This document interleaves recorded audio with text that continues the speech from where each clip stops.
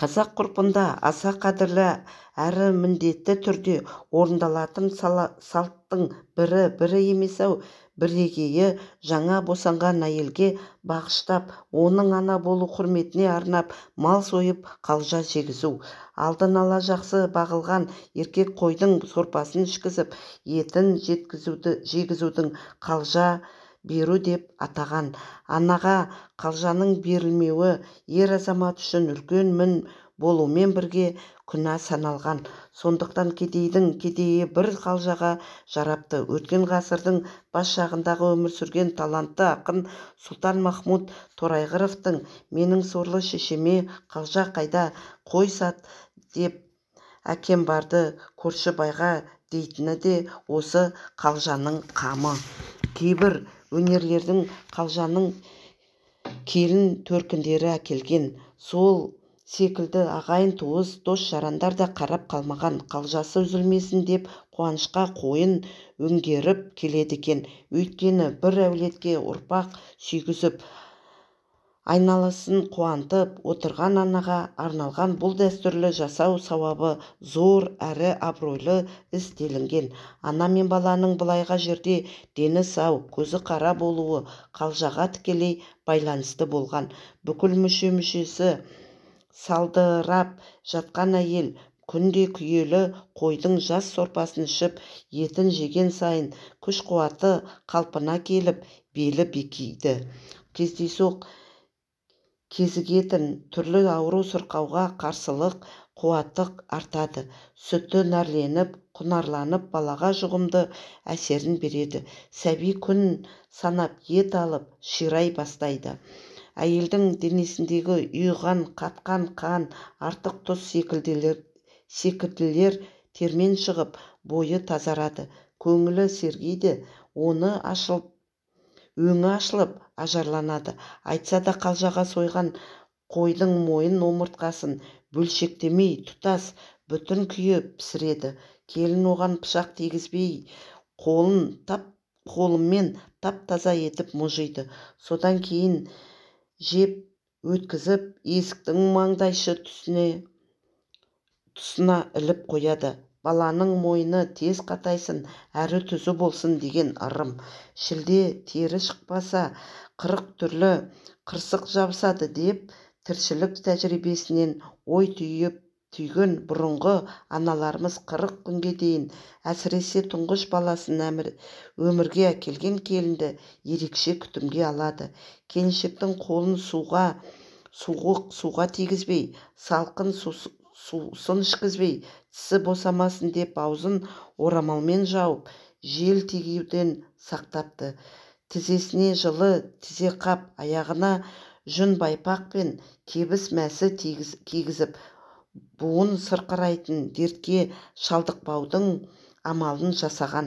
Әсіресе омырауын қымтап, салқын тигізіп алмауына қатты қадағалаған екен. 9 бойы созылған ішін қалпына келтіру үшін белін жалпақ шүбірек белбеумен мықтап орап тастаған. Сондықтан қазақ әйелдері бүгінгіндей қарынды болмай, тіпті 4-5 бала тапқанша бой тұрқы сынын бұзбай, мүшелері келісті сақталған дейді көне көздер. Сонымен бірге келіншектің шашын қатты өріп, ерте түсуден сақтаған. Аяғы ауыр кезде бетіне түскен ноқта секілдері бие саумалының көбігін тікелей және бала еміп тойған соң қалған сүтін жағып, өз уақыттың ішінде көрер көзге дидары көріктеніпті. Түптеп келгенде осылардың барлығы ұрпақ қамы үшін жасалған қамқорлық.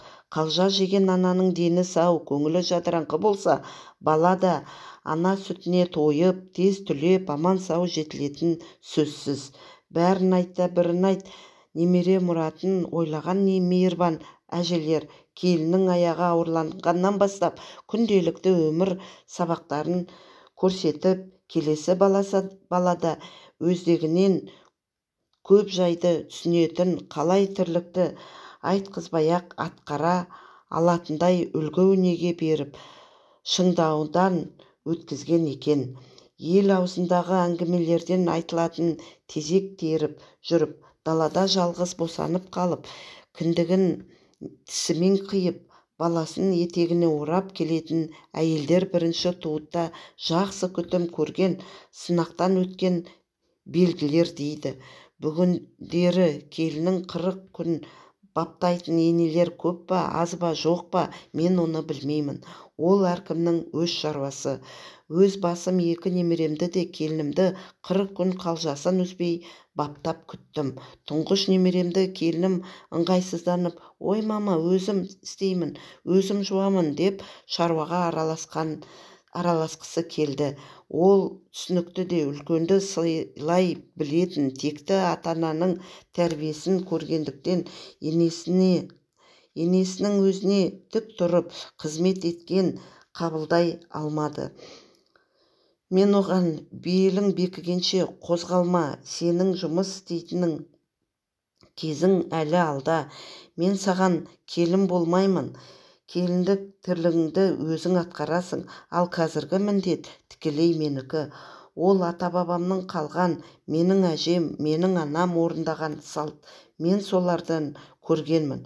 Енді кезек менікі. Құдай бұйырса, келешекте бұл күн саған да туады. Сондықтан айтқанымды тыңдайсың, көрсеткенімді орындайсың, бергенімді ішіп жейсің, маған қолбайлау болып ас үйге кірмейсің деп түсіндірдім. Көнді, көнбейді, қайда барады? Айналамдағы араласып жүрген тең тұстарым мені онша түсінбей қоймады. Біреу қасын керіп таңырқады, біреуі қазақбайшылық деп күлді, енді біреуі келінге малай болдың деп жіберді. Білген адам болса, бұл жерде әулетіміздің ұрпақ әкеліп шаңырағыма жаттық сыйлаған анаға құрмет көрсетіп, соның амандығын тілеп тұрмын ғой. Келінім арқылы немереме қамқорлық жасадым. Қашан немеремнің жаялығын жуар едім деп аңсадым. Алла тағала арманыма жеткізіп, көптен күткен немеремді сүйгізіп отырғанда ата-баба салтын істемеуім керек па? 9 ай бала көтеріп, ашы толғақты бастан өткізіп, әл-дәрмені әлсіреп, келінімнің жағдайын жасамаса мен кім болғаным? Сол 40 күн Анар екеуміз тым жақындасып, аналар ретінде бір-бірімізді кедергісіз түсінетін ынтымақты берік одақ болдық. Мұның өзі бері келі сыйластық қана емес, бүкпесіз сырластыққа айналып, мен сен демей біз дейтін дәрежеге көтерілдік. Тағы бір айтайын дегенім, 2-ші немерем туғанда келінімнің көп іске көз қарастары болғанын көрдім. Тәрбие көрсетудің сенімді болатынын анық көзім жетті. Сондықтан жастарды ештеңе білмейді деп кінәлап жазғырудан бұрын әр нәрсенің тетігін көрсетіп, көзін жеткізіп үйретсе, азар топас болмаса, онда нәтижесі беретін сөзсіз екен. Қазіргі жігіттерді қайдам? Бұрындары бір жігіттің ауырлау затты көтеруге шамасы келмей мықшыңдап жатқанда құрдастары, немене, сені туғанда шешең қалжа жемеген бе? Деп қағытатын.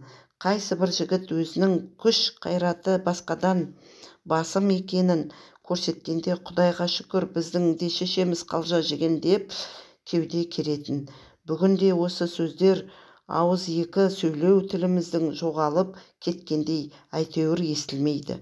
Өйткені қазақ атам қадіріне жеткен қалжа дәстүрі жай тамақ дәрежесіне құлдыраған.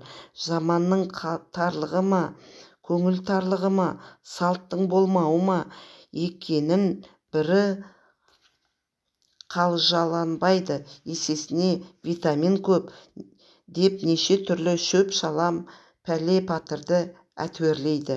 Мүмкін сол үшін де сирақтары шедей бойлары бір тұтам жігіттер